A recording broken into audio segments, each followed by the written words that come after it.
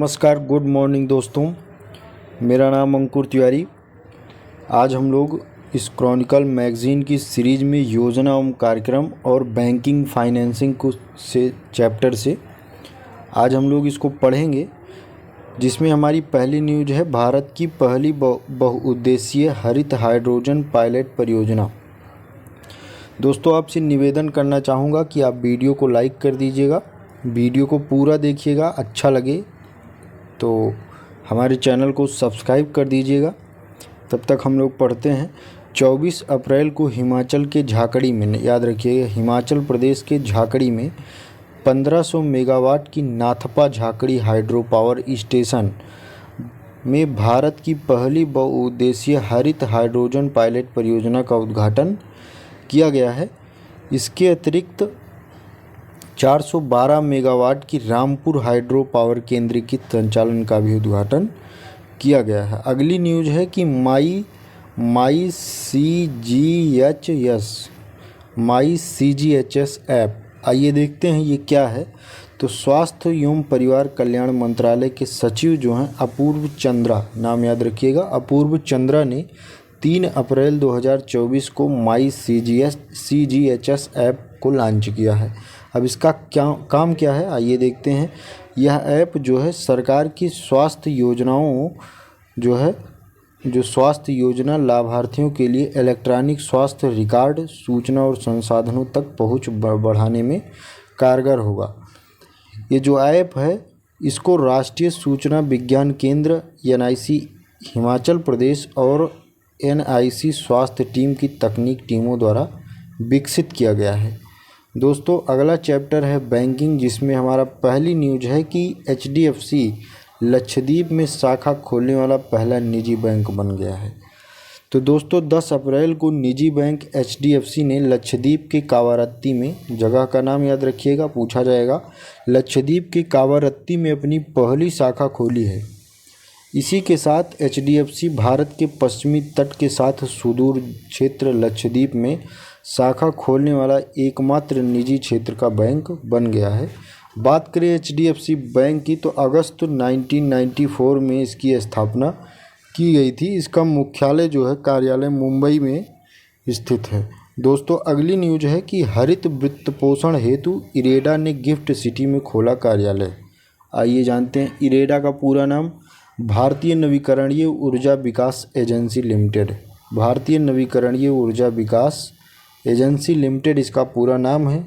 इसने विदेशी मुद्राओं में नवीकरणीय ऊर्जा और हरित हाइड्रोजन परियोजनाओं के वित्तपोषण की सुविधा के लिए गिफ्ट सिटी यानी गांधी नगर में एक नए कार्यालय की स्थापना की है। यह रणनीतिक कदम का उद्देश्य प्राकृतिक हेजिंग और वित्तपोषण लागत में पर्याप्त कटौती को सक्षम करके हरित हाइड्रोजन और नवीकरणीय ऊर्जा विनिर्माण परियोजनाओं का समर्थन करना है। दोस्तों, बात करें गिफ्ट सिटी की, तो गांधीनगर गुजरात में स्थित है। यह भारत का पहला परिचालित स्मार्ट सिटी और अंतर्राष्ट्रीय वित्तीय सेवा केंद्र है। दोस्तों, अगली न्यूज़ है हमारी हिटाची अपग्रेडेबल ATM। तो जो हिटाची पेमेंट सर्विसेज ने हाल ही में भारत का पहला अपग्रेडेबल ATM लॉन्च किया है, जिसमें एक ATM यूनिट को बैंक की ज़रूरत पड़ने पर कैश रिसाइकलिंग मशीन में बदला जा सकता है।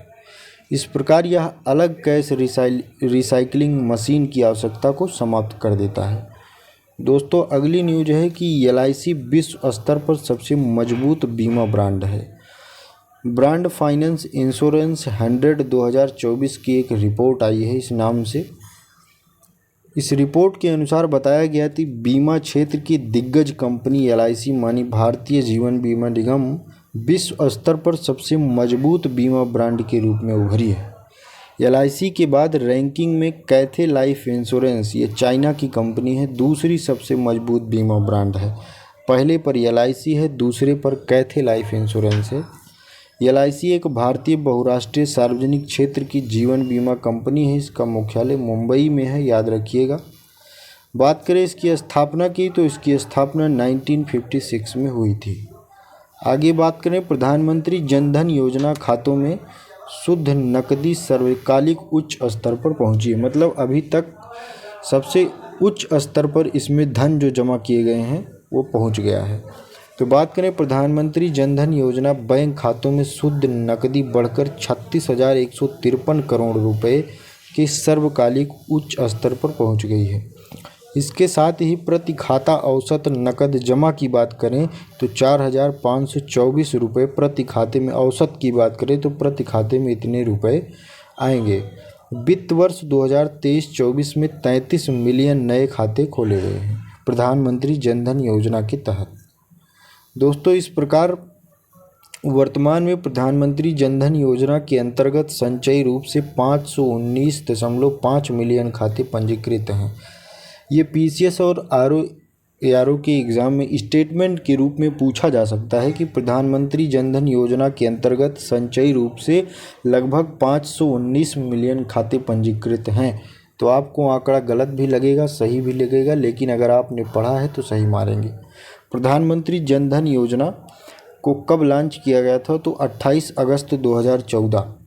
दोस्तों, इसकी रिपोर्ट आई है तो ये एग्ज़ाम में ज़रूर पूछा जाएगा, आप लोग के पढ़ना ज़रूरी है। इसका उद्देश्य है कि प्रत्येक व्यक्ति जो है बैंकिंग सुविधा से वंचित परिवार के लिए शून्य शेष बैंक खाता खोलकर सार्वभौमिक बैंकिंग सेवाएं प्रदान करना, मतलब प्रति परिवार में 0 रुपये में खाता खोला जाए।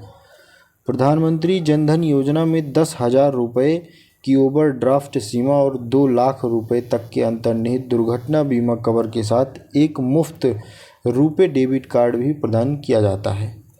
दोस्तों, अगली न्यूज़ है हमारी कि 2,000 रुपये की जो नोट थी उसकी लगभग 97.69% जो है नोटों की वापसी हो चुकी है, 97.69%।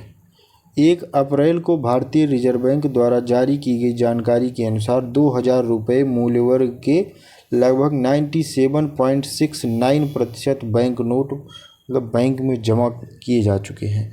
वापस लिए गए नोटों में से केवल 8,202 करोड़ रुपए, मतलब इसके इतने मूल्य के नोट अभी जनता के पास हैं।